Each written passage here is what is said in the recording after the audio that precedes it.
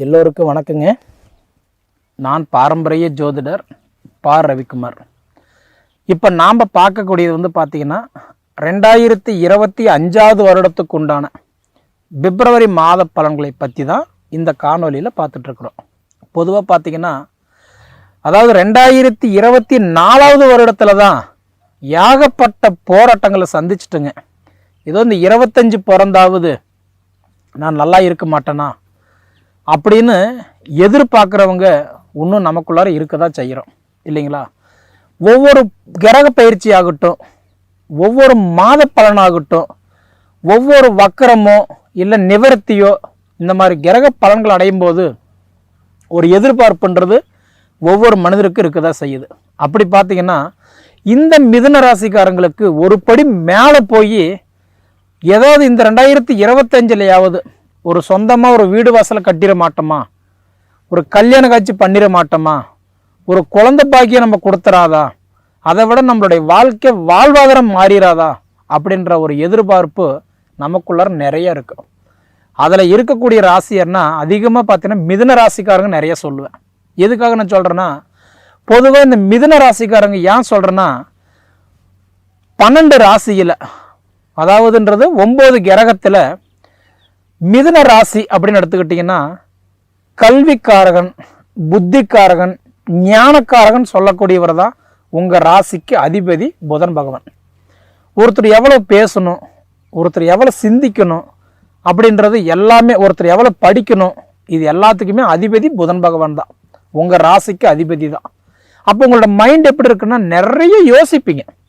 இது இப்படி பண்ணலாமா, இது இப்படி பண்ணலாமா, இங்கே போகலாமா, இங்கே வரலாமா, எது செஞ்சால் நமக்கு நல்லா இருக்கும், எதை சாப்பிட்டா நம்ம பித்தம் தெளியும் அப்படின்ற மாதிரி நமக்கு எப்பயுமே கிட்டத்தட்ட பார்த்தீங்கன்னா இந்த 2024 வருடத்தில் கிட்டத்தட்ட 5வது மாதத்துல இருந்தே பார்த்தீங்கன்னா மிதுன ராசிக்காரங்களுக்கு நிறைய கேள்விகள் உண்டு. அந்த கேள்விகளுக்கு விட தெரியாமலே வாழ்ந்துட்டு இருக்கிறோம் சரிங்களா? அப்படி இருக்கிறவங்களுக்கு உங்களுடைய ராசிக்கு அதிபதினு சொல்லக்கூடிய புதன் பகவான் சரிங்களா, அவர் இப்போ எத்தனாம் இடத்துல இருக்கிறாருன்னா 8ஆம் இடத்துல இருக்கிறார். 8ஆம் இடம் சொல்றது ஆயுள் ஸ்தானம். ஆனால் நிறைய பேர் சொல்லுவாங்க 8ஆம் இடம்னா ஆயுள் ஸ்தானம் அப்படின்னு மட்டும் தான் சொல்லுவாங்க. அதையும் தாண்டி இன்னொரு விஷயம் இருக்குங்க.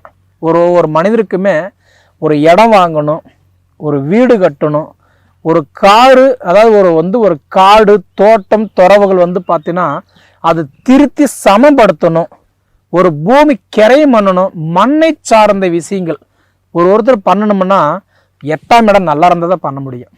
8ஆம் இடம்ன்றது மண்மனைக்கும் உகந்த இடம், ஆயுள் ஸ்தானத்துக்கும் உகந்த இடம் தான் 8ஆம் இடம். அப்போ உங்கள் ராசிக்கு அதிபதி புதன் பகவான் 8ஆம் இடத்துல போய் உக்காந்துருக்கிறது இது ஒரு அருமையான ஒரு வாய்ப்பு. ஏன்னா உங்கள் ராசிக்கு அதிபதியே போய் 8ல் உட்காந்துருக்கிறாரு. அப்போ இந்த மிதுன ராசிக்காரங்களெல்லாம் நிறைய பேர் பார்த்தீங்க அப்படின்னா அதாவது நரம்பு சம்மந்தப்பட்ட பிரச்சனை, எலும்பு தேய்மானம், ரெண்டாவது இந்த ஸ்கின் அலர்ஜி, இதில் நிறைய மிதுன ராசிக்காரங்களுக்கு அது குறிப்பாக பெண்களுக்கு பார்த்தீங்க அப்படின்னா இப்போ நிறைய பேருக்கு ஸ்கின் அலர்ஜிகள் கொடுத்துட்ருக்கிற வாய்ப்பெல்லாம் இப்போ கண்டிப்பாக இருக்குது. ஆனால் அது மாதிரி இருக்கிறவங்களுக்கெல்லாம் பார்த்தீங்கன்னா இப்போ உங்கள் ராசிக்கு அதிபதி போய் 8ல் உட்காந்துருக்கிறது கண்டிப்பாக இது உங்களுக்கு ஒரு சரியான முறையில் உங்களுக்கு சரி பண்ணி கொடுத்துருவாருன்றது கண்டிப்பாக நீங்கள் நம்பலாம். ஏன்னா உங்கள் ராசிக்கு அதிபதி 8ஆம் இடத்துல உட்காந்துருக்கிறது உங்களோட ஹெல்த்துக்கு முதல் நல்லது பண்ணுவார். ரெண்டாவது கணவனும் மனைவியும் உட்காந்து யோசித்து நம்மளால ஏன் பண்ண முடியல, நம்மளால ஏன் வாழ முடியல, நம்மளால ஏன் வளர முடியல, நாம் ஏன் இப்படி இருக்கிறோம், அதுபோல் நினச்சவங்களுக்கு நிச்சயம் உங்களுடைய திசா புத்தி மட்டும் நல்லா இருந்துச்சு அப்படின்னா இந்த 2025 3 கிரக பயிற்சி நடக்குதுங்க. அதில் முதல் பயிற்சி பார்த்தீங்கன்னா சனி பயிற்சி. அந்த சனி பயிற்சின்னு சொல்லக்கூடியது மார்ச் 29ஆம் தேதி ஆகிறார். அப்போ மார்ச் 29ஆம் தேதி சனி பயிற்சி ஆகிறார் அப்படின்னா அந்த சனி பார்த்தீங்கன்னா இப்போ உங்களுக்கு பாக்கிய சனியாக இருக்கிறார். அதாவது 9ஆம் இடத்துல சனி இருக்கிறார்.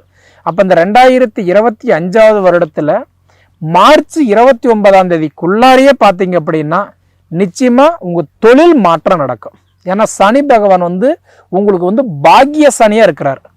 இப்போ நம்ம ஒரு விஷயம் எதிர்பார்ப்போம், ஐயோ நமக்கு இந்த பாக்கியம் கிடைச்சிடாதா, நமக்கு ஒரு புத்திர பாக்கியம் கிடைச்சிடாதா, ஒரு திருமண வாய்ப்பு கிடைச்சிடாதா, மொத்தத்தில் ஒரு வீடு கட்டுற பாக்கியம் கிடைச்சிடாதா? அந்த பாக்கிய ஸ்தானத்தில் போய் சனி பகவான் உட்காந்துருக்கிறார்.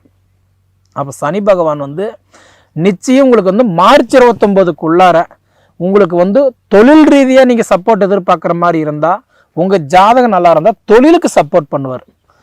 திருமணத்துக்கு நீங்கள் ரொம்ப வருஷமாக எதிர்பார்த்துட்டு இருந்தீங்கன்னா திருமணத்துக்கு சப்போர்ட் பண்ணுவார். அதே குழந்தை பாக்கியத்துக்கு எதிர்பார்த்துட்டு இருக்கிறதுனா குழந்தை பாக்கியம் சப்போர்ட் பண்ணுவார். எல்லா மிதுன ராசிக்காரங்களுக்குமே சனி பகவான் வந்து இப்போ பாக்கிய சனியாக இருக்கிறதுனால உங்களுடைய எண்ணங்களும் உங்களுடைய எதிர்பார்ப்புகளும் நிச்சயம் உங்களுக்கு வந்து கை கொடுக்குற இடத்துல இருக்கிறாரு. சரிங்களா? காத்தடிக்கும் போது தூத்திக்கணும், மழை வராத முன்னே வீடு கட்டிக்கணும்னு சொல்லுவாங்க இல்லைங்களா? அதுபோல் வரும்போது நீங்கள் பயன்படுத்திக்கிடுங்க. பாக்கிய சனி உங்களுக்கு நல்ல வாய்ப்புகள் இருக்கிறாரு. சரிங்களா? அதே சமயத்திலேயே குரு பகவான் உட்காந்துருக்கிற இடம் பார்த்தீங்கன்னா விரைய குருவாக இருக்கிறார். விரைய குருவாக இருக்கும்போது ஜாமீன் கையெழுத்து போடக்கூடாது, 10 ரூபா வாங்கி கொடுக்கக்கூடாது. நான் இருக்கிறேன்னு சொல்லி சப்போர்ட்டுக்கு போனால் கூட தேவையில்லாத பிரச்சனை மாட்டிக்குவீங்க. அண்ணான்னு சொல்லுவாங்க, தம்பின்னு பேசுவாங்க, அக்கான்னு சொல்லுவாங்க, தங்கச்சின்னு பழகுவாங்க. ஆனால் உங்ககிட்ட வாங்கி சாப்பிட்டுட்டு உங்கள் பணம் வாங்கிக்கிட்டு உங்களுக்கு கூட கெடுதல் நினைப்பாங்க. கொடுத்த காசு வராத கூட போகலாம். இப்போ தரேன் நாளைக்கு தரேன்னு கூட சொல்லக்கூடிய நிலைமை கூட இருக்குது. குரு பகவான் இப்போ வந்து விரைய குருவாக இருக்கிறதுனால குடுக்கல் வாங்கல் எதிர்பார்க்குற மிதுன ராசிக்காரங்களாக இருந்தீங்கன்னா 5வது மாதம் 14ஆம் தேதி வரைக்கும் கொஞ்சம் பெண்டிங்கில் வைங்க. ஏன்னா 5வது மாதம் 14ஆம் தேதி வரைக்கும் குரு வந்து இப்போ விரைய குருவாக இருக்கிறதுனால வர வேண்டிய செல்வங்கள் கொஞ்சம் தடைப்படும். அதனால் கொஞ்சம் கவனமாக இருங்க. மெயினாக குடுக்கல் வாங்கல் விஷயத்தில் கொஞ்சம் கவனமாக இருக்கிறது நல்லது.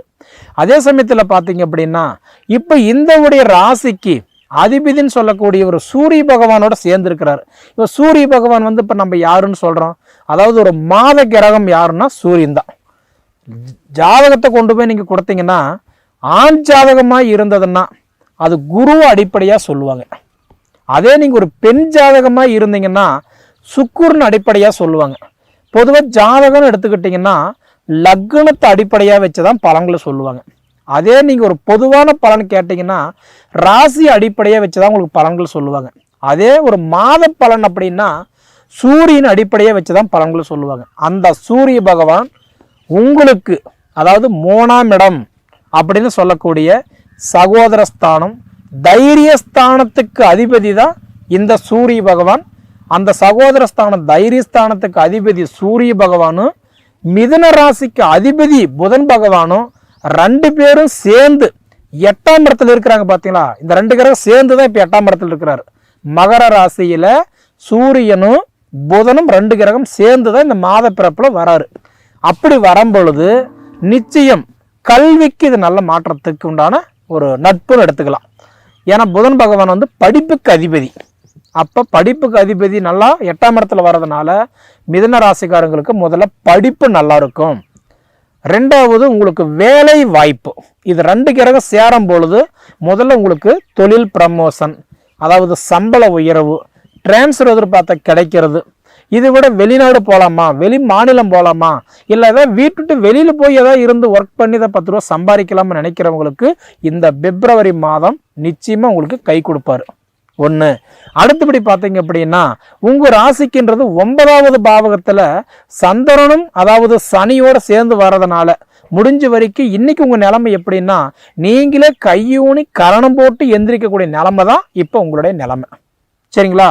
அதே சமயத்தில் 10ஆம் இடத்துல இன்னைக்கு சுக்கிர பகவான் தொழில் ஸ்தானத்தில் போயிட்டு அதாவது உச்சம் அடைஞ்சிருக்கிறாரு. பார்த்தீங்களா? பாரம்பரிய தொழில் செய்கிறவங்க, அப்பாவுடைய தொழில் எடுத்து வேலை செய்கிறவங்களுக்கெல்லாம் நிச்சயமாக இந்த மாதம் கண்டிப்பாக 4 ரூபாய் சம்பாதிக்கக்கூடிய வாய்ப்பு உங்களுக்கு பிரகாசமாக இருக்குதுங்க.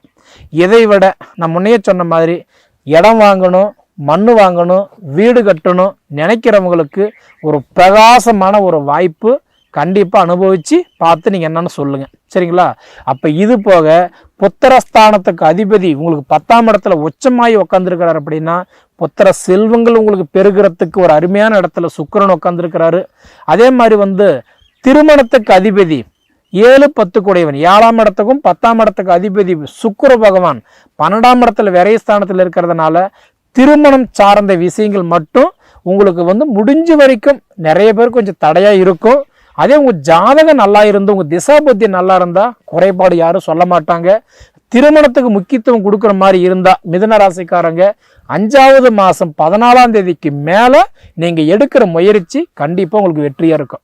ஆனால் அதுக்கு முன்னாடி எடுக்கிறீங்களா, நீங்கள் பார்த்துட்டு வர பொண்ணுக்கு கல்யாணம் ஆகிடும், உங்களை வந்து பார்த்துட்டு போகிற மாப்பிள்ளைக்கு கல்யாணம் ஆகிடும். உங்களுக்கு கொஞ்சம் லேட் ஆகும். முடிஞ்ச வரைக்கும் திருமணத்துக்கு மட்டும் ஒரு 5வது மாதம் 14ஆம் தேதி வரைக்கும் கொஞ்சம் ரிஸ்க் எடுத்து ரொம்பவும் செலவு பண்ண வேண்டாம்.